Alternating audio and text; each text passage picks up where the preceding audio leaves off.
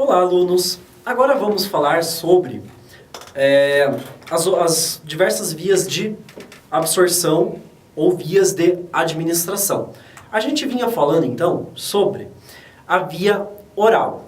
Existe uma classe especial aí de comprimidos que, devido à sua natureza química, elas são altamente destruídas pelo aparelho digestivo, no caso, pelo ácido estomacal e pelas enzimas digestivas. E isso faria com que esse tipo de medicamento fosse muito difícil de ser administrado, porque ele teria uma biodisponibilidade muito baixa. Então existe um grupo de comprimidos que ele tem um revestimento extra. Ele é revestido e ele é revestido com mais camadas. Quando a gente tem esse tipo de comprimido, ele vem um nomezinho escrito lá na caixinha para a gente saber que se trata dele. E qual que é esse nome?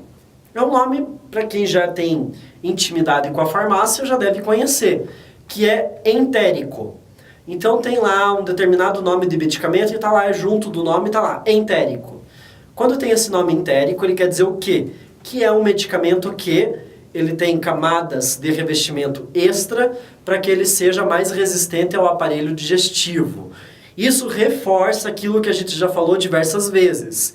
Esse tipo de comprimido a gente não quebra no meio, ainda mais o entérico, porque senão você vai perder praticamente todo o comprimido no aparelho digestivo, porque no momento que você quebra ele no meio, você vai abrir, vai expor o medicamento, o princípio ativo, ao meio externo. Ele não vai mais ter o revestimento para fazer a proteção. Então você vai acabar perdendo o medicamento. Para quem é um pouco mais unha de fome, vai perder dinheiro, né? Porque vai estar jogando fora e a gente sabe que remédio não é lá uma coisa muito barata, ok? Então agora a gente vai falar sobre uma outra via de administração, que é uma via muito importante também e é uma via bem interessante, que é a via sublingual. Sublingual, ela é então uma via de administração que ela serve como alternativa à via oral. A gente aplica aonde é sublingual? O nome já está dizendo para a gente, embaixo da língua. Você coloca lá e o que vai acontecer?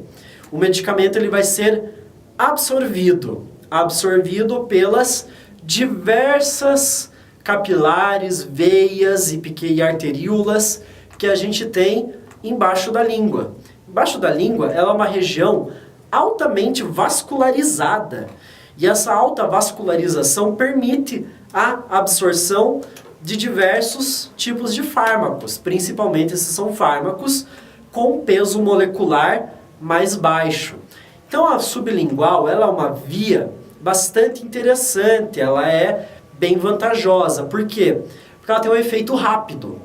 Ela não precisa passar pelo aparelho digestivo. Ela já está entrando na corrente sanguínea a partir do momento em que você coloca o medicamento embaixo da língua. Quando ele é próprio para ser sublingual, obviamente, né? Não é qualquer medicamento que você vai pôr embaixo da língua que vai ser absorvido. Então ela tem esse efeito rápido, ela tem uma biodisponibilidade muito maior, e aí ela vem ter uma vantagem bem interessante. É que ela consegue fugir de uma coisa que muitas vezes atrapalha a gente em relação ao medicamento, que é o nosso fígado.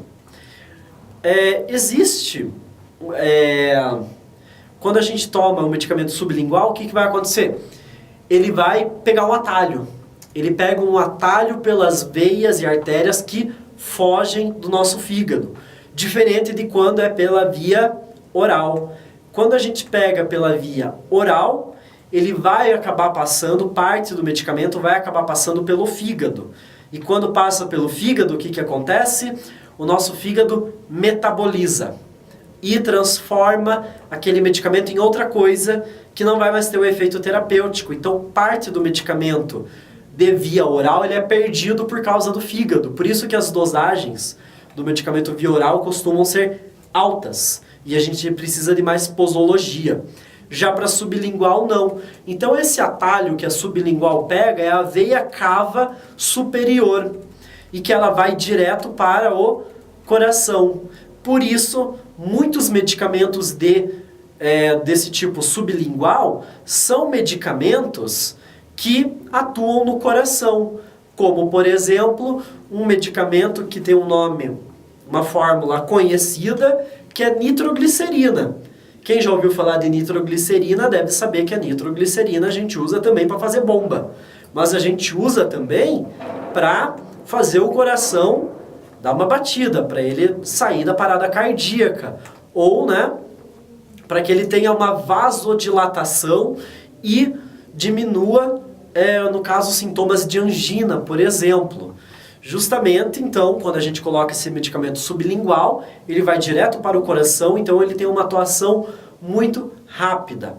Além disso, como ele não vai passar pelo fígado, esse tipo de medicamento sublingual, ele tem dosagens menores, justamente porque ele não vai ser perdido na digestão e nem vai ser metabolizado pelo fígado.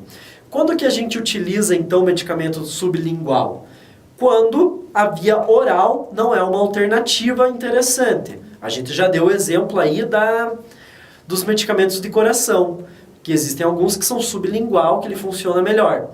Tem um outro exemplo, quando a pessoa está com muito enjoo, quando a pessoa está com aquele enjoo descontrolado, que ela não consegue parar de vomitar. Se a pessoa não consegue parar de vomitar, como que ela vai tomar um medicamento? Não vai resolver, porque ela vai vomitar. Então existem alguns medicamentos para enjoo, que eles são sublingual, justamente que daí ele não vai passar pelo aparelho digestivo, ou para a pessoa que está com crise de refluxo e assim por diante. Então nós temos aí a via sublingual como uma alternativa muito interessante. E esse metabolismo que passa pelo fígado, que nome que ele tem? Esse metabolismo ele recebe um nome. Ele é o chamado metabolismo de primeira passagem. Então, quando a gente fala de metabolismo de primeira passagem, a gente está falando do fármaco que vai acabar passando pelo fígado e vai acabar sendo metabolizado pelo fígado. O fígado ele é um órgão que, para o nosso corpo, ele funciona como uma indústria. Ele processa tudo. Ele produz enzima, ele produz metabólitos, ele trabalha dia e noite sem parar. O nosso fígado ele é um escravo nosso, coitado. Ele trabalha e trabalha para os outros. Porque ele trabalha para ficar mandando enzima, para ficar mandando metabólitos, para metabolizar determinados metabólitos, para que eles sejam melhor excretados pelo nosso corpo.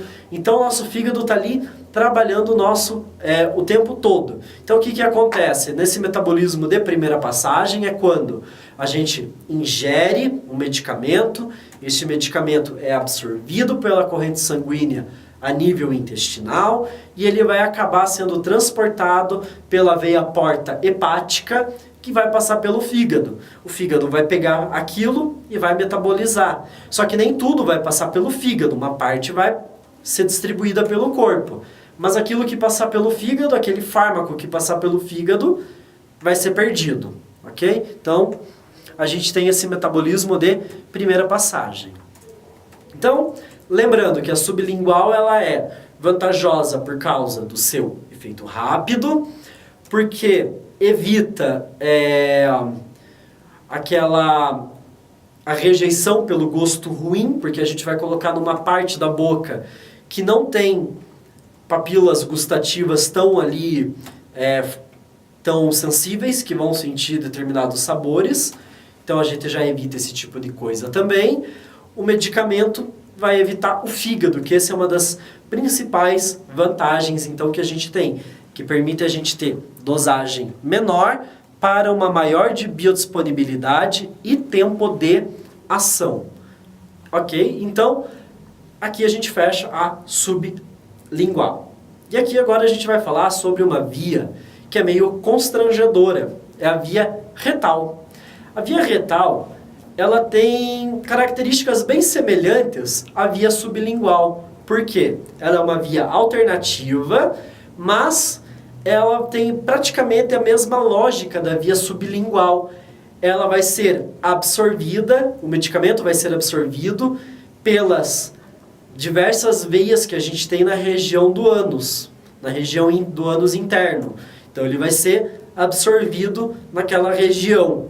Só que, claro, o problema é que ela é uma via pouco prática, desconfortável. Então ela vai ser utilizada quando? Ela vai ser utilizada quando a via oral não é uma alternativa e quando você também não tem necessidade ou é muito difícil você usar a via injetável. Então, normalmente a via retal a gente só utiliza quando? Para bebezinho. Normalmente é bebê que a gente utiliza. Por quê? Porque a gente não tem necessidade, ou também é muito difícil, a gente procurar uma via para injetar o fármaco no bebê, e porque também o bebê não consegue engolir, ele ainda está sendo amamentado, ele não sabe ainda engolir medicamento. Então, opta-se pela via retal, por isso que nós temos muitos supositórios que são infantis. Então, supositório é o nome dado para o medicamento via retal. Então agora nós vamos fazer uma pausa aqui e em seguida nós daremos mais algumas considerações sobre a via retal e falaremos mais sobre outras vias.